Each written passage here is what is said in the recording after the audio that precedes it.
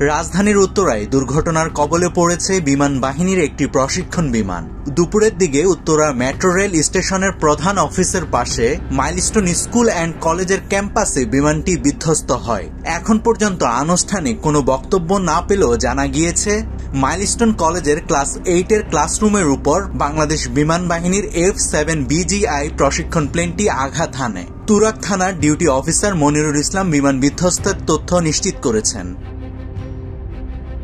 জানা যায় দুপুর 1:06 বিমানটি উড্ডয়ন করে এবং দুপুর 1:18 বিমানটি বিধ্বস্ত হয় মাইলস্টোন স্কুল অ্যান্ড কলেজের ছাদে। তাৎক্ষণিকভাবে হতাহতের কোনো তথ্য পাওয়া না গেলেও ব্যাপক হতাহতের শঙ্কা রয়েছে।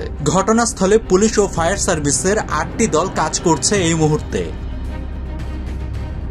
উত্তরা ফায়ার সার্ভিসের ডিউটি অফিসার রিফাত খান বলেন, মেট্রো রেল স্টেশনের প্রধান অফিসের পাশে মাইলস্টোন স্কুল অ্যান্ড কলেজ ক্যাম্পাসে বিমানটি বিধ্বস্ত হয়। সেখানে আমাদের একাধিক টিম কাজ করছে। বিমান বাহিনী সূত্রে জানা গেছে, প্রশিক্ষণ বিমানটিতে ছিলেন স্কোয়াড্রন লিডার তৌকির। নাভিদ হাসান, সোনালী নিউজ।